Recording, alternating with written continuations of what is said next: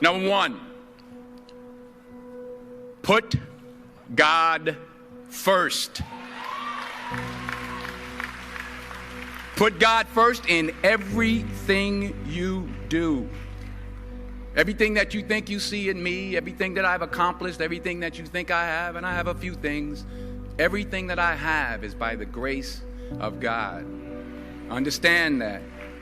It's a gift. 40 years ago, March 27th, 1975, it was 40 years ago, just this past March, I was flunking out of college. I had a 1.7 grade point average. I hope none of you can relate. I had a 1.7 grade point average.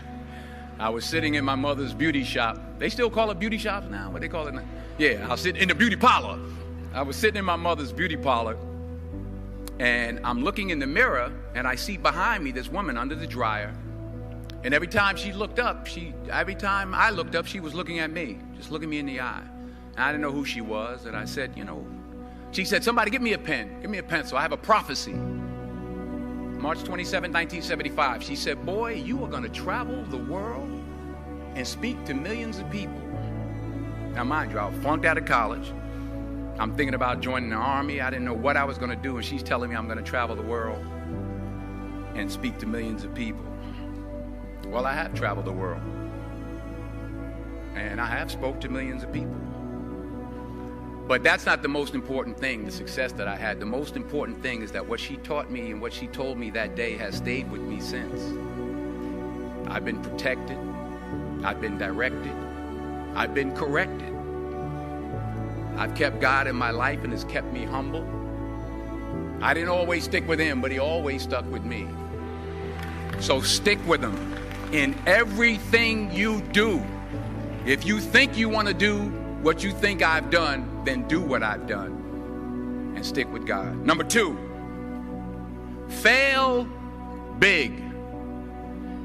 That's right. Fail big. Today's the beginning of the rest of your life, and it can be very frightening. It's a new world out there. It's a mean world out there, and you only live once. So do what you feel passionate about. Take chances professionally. Don't be afraid to fail. There's an old IQ test, was 9 dots, and you had to draw 5 lines with a pencil within these 9 dots without lifting the pencil. The only way to do it was to go outside the box. So don't be afraid to go outside the box. Don't be afraid to think outside the box. Don't be afraid to fail big, to dream big. But remember, dreams without goals are just dreams, and they ultimately fuel disappointment. So have dreams, but have goals. Life goals, yearly goals, monthly goals, daily goals. I try to give myself a goal every day.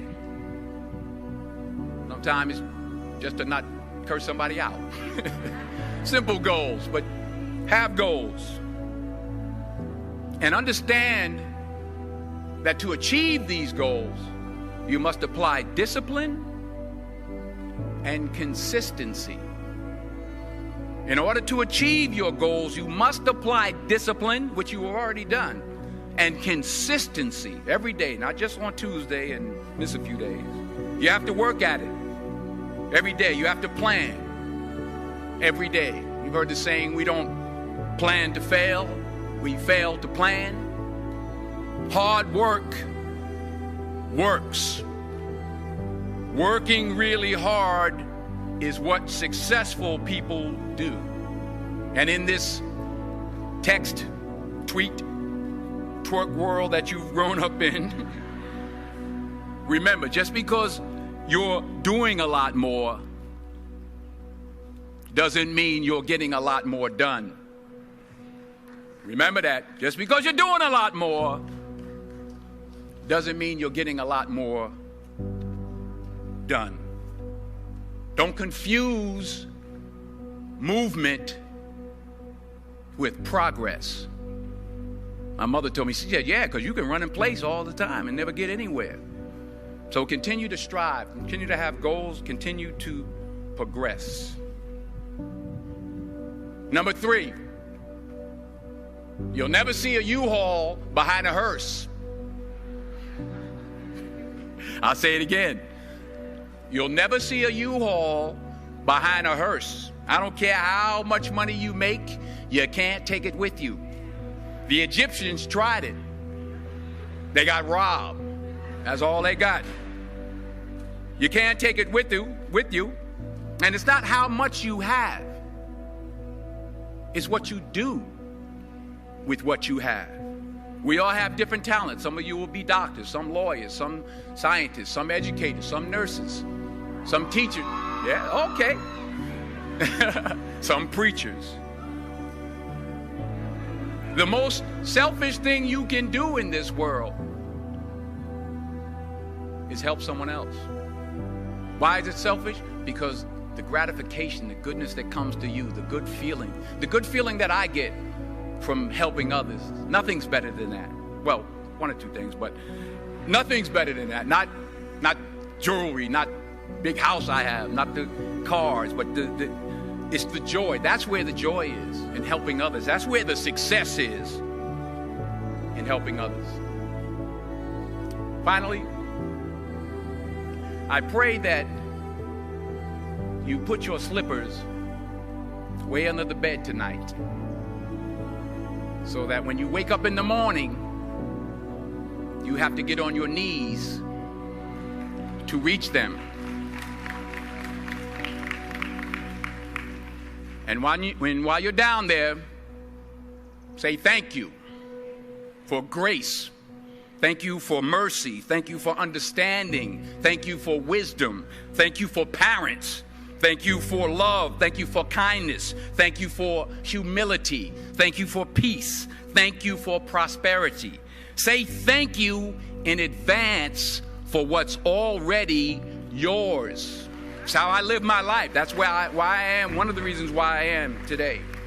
Say thank you in advance for what is already yours. True desire in the heart for anything good is God's proof to you, sent beforehand to indicate that it's yours already.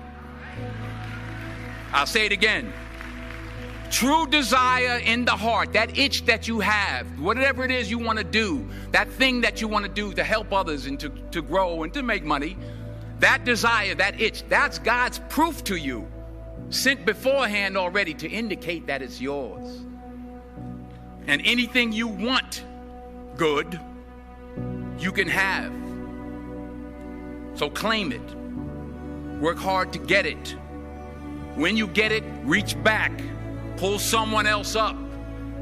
Each one, teach one. Don't just aspire to make a living. Aspire to make a difference. Every failed experiment is one step closer to success. You've got to take risks, and I'm sure you've probably heard that before, but I want to talk to you about why that's so important. I got 3 reasons, and you can pick up your iPhones. First, you will fail at some point in your life. Accept it. You will lose. You will embarrass yourself. You will suck at something. There's no doubt about it.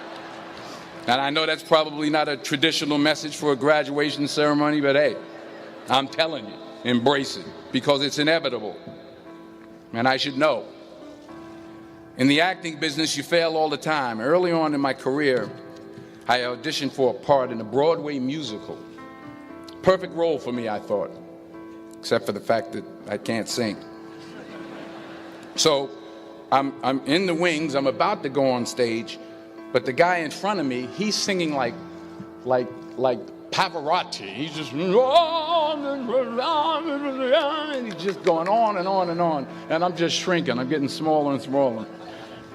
So they say, oh, thank you very much, and you'll be hearing from us. So I come out with my little sheet music, and it was Just My Imagination by The Temptations. That's what I came up with. So I hand it to the accompanist, and she looks at it and looks at me and looks out at the director and was like, all right.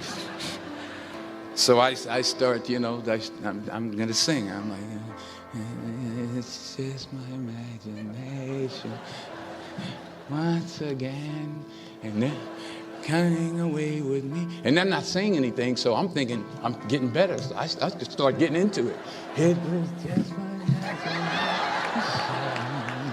Running. They say, oh, yeah, thank you. Thank you very much, Mr. Washington. Thank you. So I assumed I didn't get the job. But the next part of the audition, he called me back. The next part of the audition is the acting part of the audition. So I'm like, hey, okay, maybe I can't sing, but I know I can act.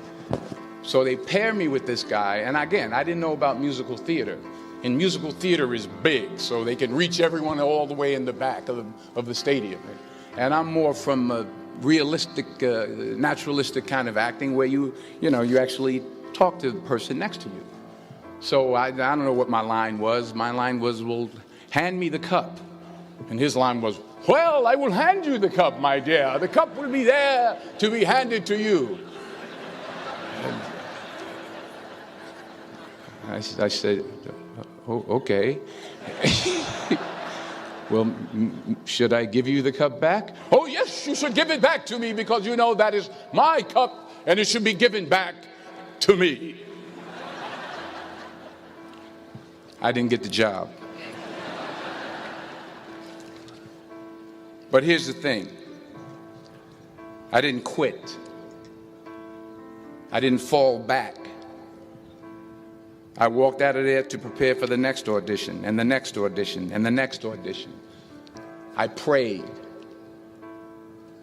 I prayed, and I prayed.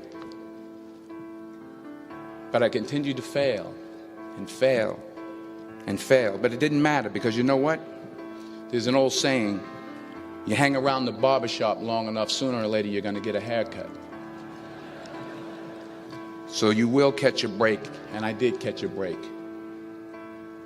Last year, I did a play called Fences on Broadway. Someone talked about it. Won the Tony Award. And I didn't have to sing, by the way. But here's the kicker. It was at the Court Theater. It was at the same theater that I failed that first audition 30 years prior. The point is, and I'll pick up the pace, the point is every graduate here today has the training and the talent to succeed. But do you have the guts to fail? Here's my second point about failure. If you don't fail, you're not even trying. I'll say it again. If you don't fail, you're not even trying. My wife told me this great expression. To get something you never had, you have to do something you never did. Les Brown's a motivational speaker. He made an analogy about this. He says, imagine you're on your deathbed, and standing around your deathbed are the ghosts representing your unfulfilled potential. The ghost of the ideas you never acted on. The ghost of the talents you didn't use. And they're standing around your bed, angry, disappointed, and upset. They say, we came to you because you could have brought us to life, they say. And now we have to go to the grave together. So I ask you today, how many ghosts are going to be around your bed when your time comes? You've invested a lot in your education, and people have invested in you. And let me tell you, the world needs your talents. Man, does it ever. I just got back from Africa like 2 days ago, so if I'm rambling on, it's because I'm jet lagged. I just got back from South Africa. It's a beautiful country, but there are places there with terrible poverty that need help. And Africa is just the tip of the iceberg. The Middle East needs your help. Japan needs your help. Alabama needs your help. Tennessee needs your help. Louisiana needs your help. Philadelphia needs your help. The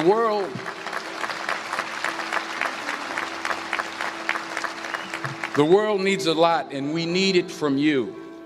We really do. We need it from you young people. I mean, I'm not speaking for the rest of us up here, but I know I'm getting a little grayer. We need it from you, the young people, because remember this. So you got to get out there. You got to give it everything you got, whether it's your time, your talent, your prayers, or your treasures. Because remember this, you will never see a U-Haul behind a hearse.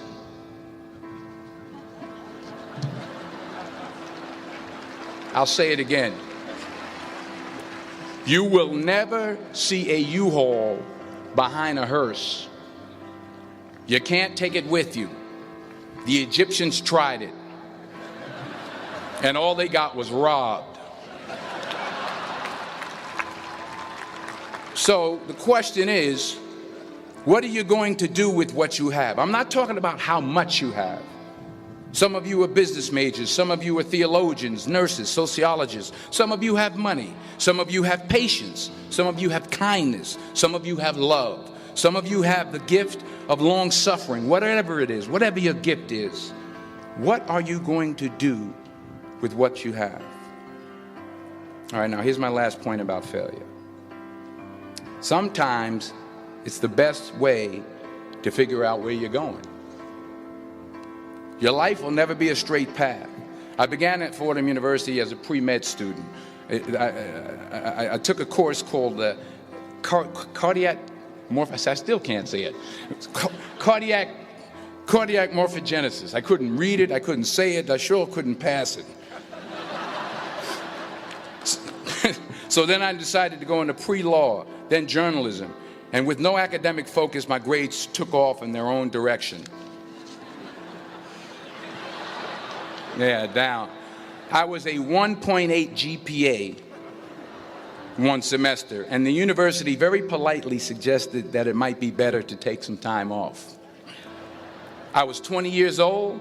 I was at my lowest point. And then one day, and I remember the exact day, March 27th, 1975, I was helping my mother in her beauty shop. My mother owned a beauty shop up in Mount Vernon. And there was this older woman who was considered one of the elders in the town. And I didn't know her personally, but I was looking in the mirror, and every time I looked at the mirror, I could see her behind me, and she was staring at me. She just kept looking at me. Every time I looked at her, she kept giving me these strange looks. So she finally took the dryer off her head and she said something I'll never forget. First of all, she said, "Somebody give me a piece of paper. Give me a piece of paper." She said, "Young boy, I have a prophecy, a spiritual prophecy."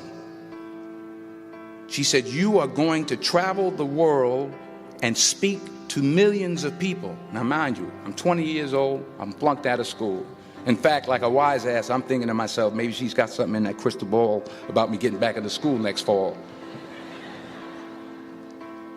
But maybe she was on to something, because later that summer, while working as a counselor at the YMCA camp in Connecticut, we put on a talent show for the campers. And after the show, another counselor came up to me and asked, "Have you ever thought about acting? You're good at that." So when I got back to Fordham that fall, I got in and I changed my major once again for the last time.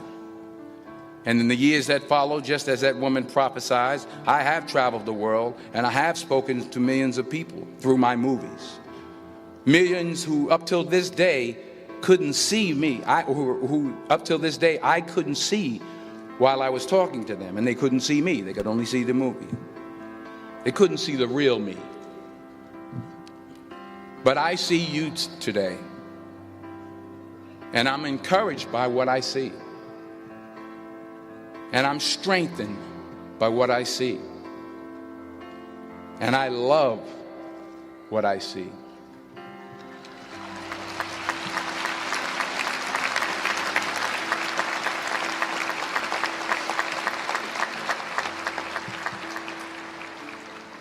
One more page, and I'll shut up. Let me conclude with this one final point, and actually the president kind of brought it up. It has to do with the movie Philadelphia. She stole my material. Many years ago, I did this movie called Philadelphia. We filmed some of the scenes right here on campus. Philadelphia came out in 1993. Most of you were probably still in diapers. Some of the professors, too. But that cracked me up. But it was a good movie. Rent it on Netflix. It's a good movie. Rent it. I get 23 cents every time you rent it, please. Rent it. True. Parents up there, rent it. Netflix, please. Tell your friends too. It's about a man played by Tom Hanks who's fired from his law firm because he has AIDS. He wants to sue the firm, but no one's willing to represent him until a homophobic ambulance chaser lawyer, played by yours truly, takes on the case. In a way, if you watch the movie, you'll see everything I'm talking about today. You'll see what I mean about taking risk or being willing to fail. Because taking risk is not just about going for a job. It's also about knowing what you know and what you don't know. It's about being open to people and to ideas. In the course of the film, the character I play begins to take small steps, small risks. He very, very, very slowly begins to overcome his fears. And I feel ultimately his heart becomes flooded with love. And I can't think of a better message as we send you off today. To not only take risks, but to be open to life, to accept new views, and to be open to new opinions, to be willing to speak at a commencement at one of the best universities in the country, even though you're scared stiff. While it may be frightening, it will also be rewarding. Because the chances you take, the people you meet, the people you love, the faith that you have, that's what's going to define you. So members of the class of 2011, this is your mission. When you leave the friendly confines of Philly, never be discouraged. Never hold back. Give everything you got.